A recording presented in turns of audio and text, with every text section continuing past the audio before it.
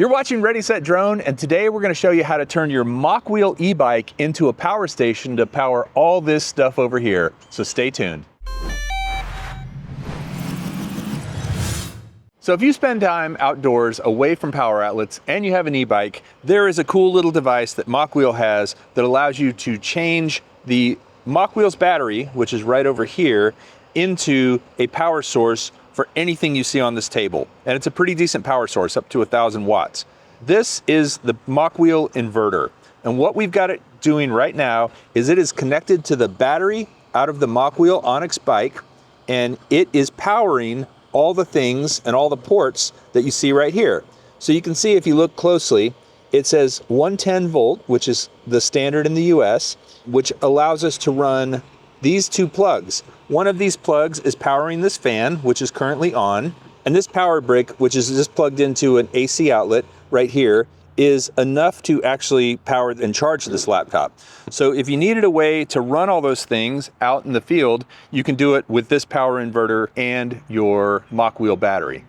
So in addition to the two AC outlets on the top, it's got a USB-A output, a 12 volt 10 amp output right here with this proprietary cable. It's got two USB-Cs, a 27 watt and 100 watt, and a AC button and a power button. The AC button is what turns on these switches up here, and the power button is what powers it on and off. So right now, if we wanted to, we could charge these DJI mini batteries by just plugging right into this USB-A slot, and just like any other USB slot, it's going to start charging them, but it's doing it rather slowly. If we had a USB-C to USB-C, we could make it charge a lot faster. So for example, I could unplug this USB-A and plug it into the USB-C at 100 watts right here, and then plug the other end into this, and you'll notice that the charging happens much faster. You can tell on the DJI charger by the speed of the lights blinking. And in terms of something simple like the phone, you can just plug directly into it, and depending on which one you're plugged into, it'll charge at a certain speed. And you can see by that little lightning bolt there in the green 99, it's charging. So what's interesting about this inverter is it doesn't actually have a battery in it. All it is doing is taking the battery power from your Mokwheel's battery and putting it into a format that you can use it. So right now, if we switch out of AC mode back to normal mode, you'll see the Mokwheel's battery is sitting at 83%, 51.9 volts, and right now it is not charging. It is discharging this battery. This battery is supplying the power into this inverter, and this inverter is supplying the power into everything else. But if you wanted to, you could actually recharge this battery using optional solar panels that you can buy from Mokwheel. So right now we have the solar panels set up over here, and they have these handy little flip out things on the back that allow it to sit at an angle. You can see it's getting hit pretty well by light from the sun. And so now over here on the solar panels, you have a couple of options. Number one, you have just plain old USB-A connectors. And what this allows you to do is, without any inverter, without anything else, if you were in a real pinch and you needed to charge your phone, you could come over here, unzip this little spot right here, and in this little spot is this box. This box has USB-A outputs, and there's a little red light, LED light, that indicates it's getting power right now. It's getting power from the sun, so it means it's ready to go.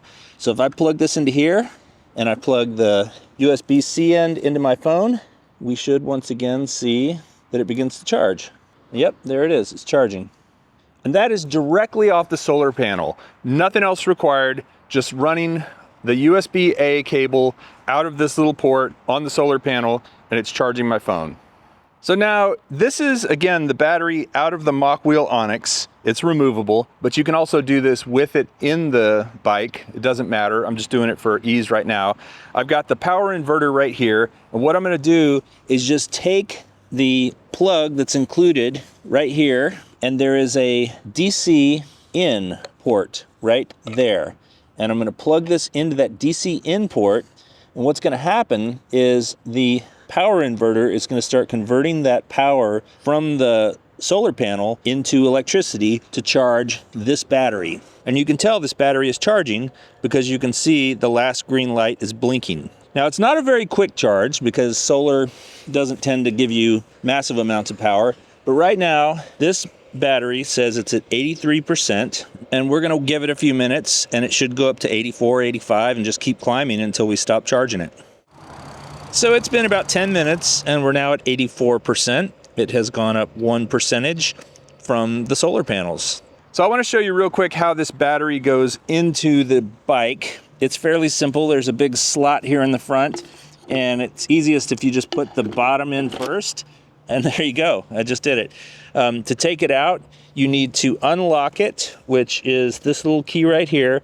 It says lock and unlock, so that's unlocked. But if I pulled this key out now, no one could remove the battery. The battery is in there. This key is what allows you to actually turn it and unlock the battery. And once you unlock the battery, you kind of pull it out and lift up on it, and it comes right out. So I'll put it back in. I'll remove the key just to be safe, and then I'll show you these two ports. So this port is actually connected directly to the battery. This is just a hole in the bike. And when you're charging the bike itself, you're using your AC outlet to charge the bike's battery using this port. So this requires you to have power from the wall. However, this port back here is the multi-pin port. It's 2 pins. And what this allows you to do is to actually charge the bike using this inverter. So I just plugged the inverter back in. We're doing exactly the same thing we were doing a few minutes ago when the battery was out of the bike. We're just charging the battery using this inverter from the solar panels. So now if we just let this sit for a while, it should go from 84 to 85%. It's sitting at 84. And we'll see how long it takes it to get to 85. We were just curious if we turn the actual power on the bike, if we'd be able to see the percentage of the battery. And it looks like this battery indicator is a set of bars, so it doesn't really give you a specific percentage. Oh, it's up to 85. So obviously the brighter the sunlight, the more power you're going to get out of the solar panels. So right now it's a pretty clear day. It's not too hot outside. It's fairly cool, so it's actually a good day to be doing this. But the solar panels are all getting direct sunlight. There's no shadows on them. So right now I think we're set at a pretty optimal position for it to charge as quickly as possible. So when we first set up the solar panels, we actually had them just folded a little bit so that they were standing straight up 90 degrees to the ground. And we realized that as the sun rose and got higher and higher, angling them back was better because it's at more of a direct angle to the sun. Mid-afternoon, when the sun's directly overhead, you could probably just lay them flat on a sidewalk or on the grass, and they'd probably do the best that way because then the sun will be shining directly down onto them. But you just want to make sure all 8 panels have as much sun as possible and there's no shade on any of them. So the inverter itself is a really cool design. It's pretty compact. It's not heavy because it doesn't have a battery in it, and it does have rubber cover for this port back here so it doesn't get dirt or grime in it.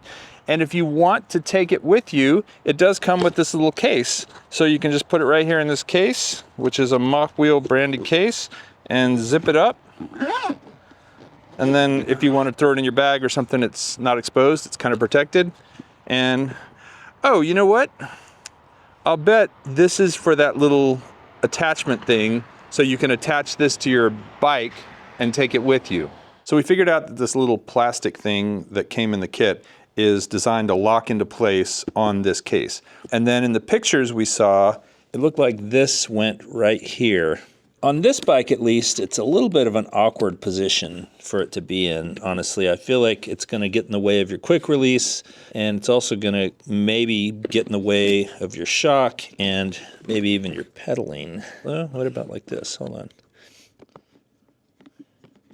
I don't know if I have that on there correctly, but I really don't like it there. It seems like it's just in the way. So actually, we thought this was stuck on this case, but it turns out you can click it into place, and if you just turn it with some force, it comes right back out. So you can take it on and off. We didn't find a good way to mount this on the bike, so if I was traveling with the inverter, I would just have it in my backpack or some kind of other pack. So with the Mokwheel solar panel, it's important to fold it correctly, and you want to protect the solar panels and at the same time have the Velcro line up so it'll stay closed. So to do it, you just start on the end without the handle, you flip it one time, you accordion it, and then you flip it 2 more times. And when you do that, this Velcro lines up with this Velcro, and you have a nice little suitcase kind of thing to take on your adventures. If you're interested in learning more about the Mokwheel Onyx, we have a review on our channel, check it out. And if you have questions about the inverter or the solar panels, please leave them in the comments below. We'll be sure to answer those questions. Thanks for watching, and we'll see you next time.